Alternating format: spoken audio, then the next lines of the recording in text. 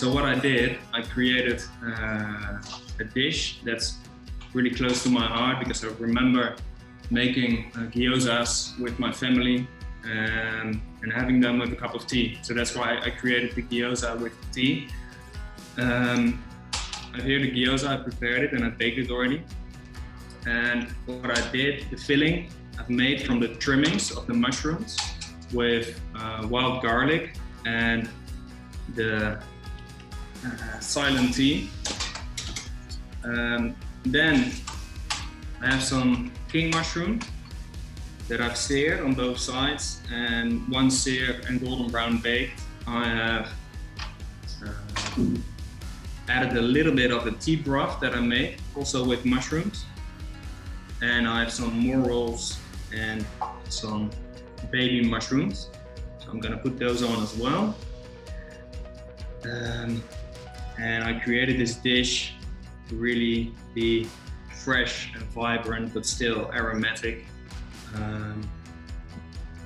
And to have like no waste because of the trimmings of the mushrooms. I made the filling for the gyozas, but also this delicious broth that's made from the mushrooms.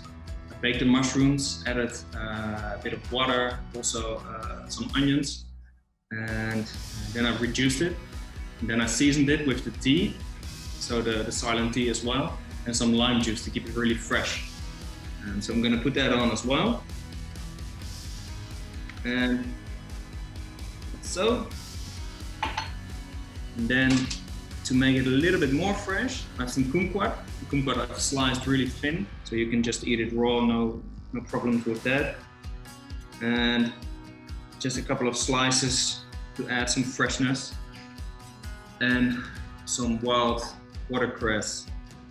And then to keep things a little bit more interesting, and also to add a little bit of more of the tea flavor, I've made an oil from the tea, but more like a herb oil. So what I did, I mixed the oil with the tea, and I just keep on mixing it on a high level, on a high speed, until all the aromatic flavors from the tea infused with the oil. So that's this. You can also see that it turned a little bit green from the tea. That's quite beautiful. And I put it just a touch on.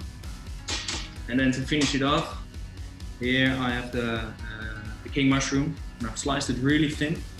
Just put on a little bit of vinegar and then dried it in the oven to put on just a little bit of the texture. So here's the dish.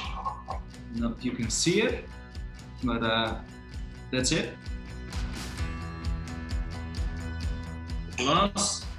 What I did, because I was thinking what to do, and I decided to make a cold mocktail. Because dish you can serve like lukewarm.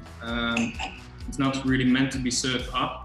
So that's why I created a mocktail that's really cold and fresh as well. So just put a little bit of ice in the glass. Then I've here Sencha tea. The Sencha tea, I really love the grass flavor.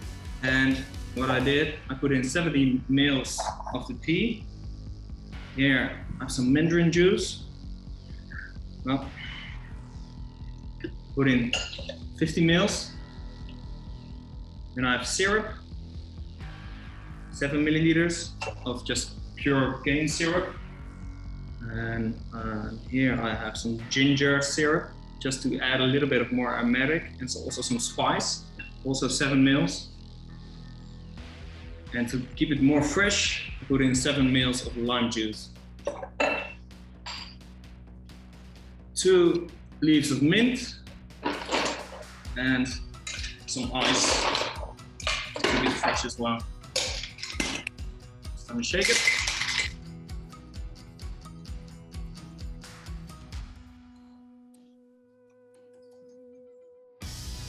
Put a couple of mandarin parts in the glass, some mint leaves, just the top, and then to finish it off, course, the mocktail that's made with the Sencha tea, like so. That's it.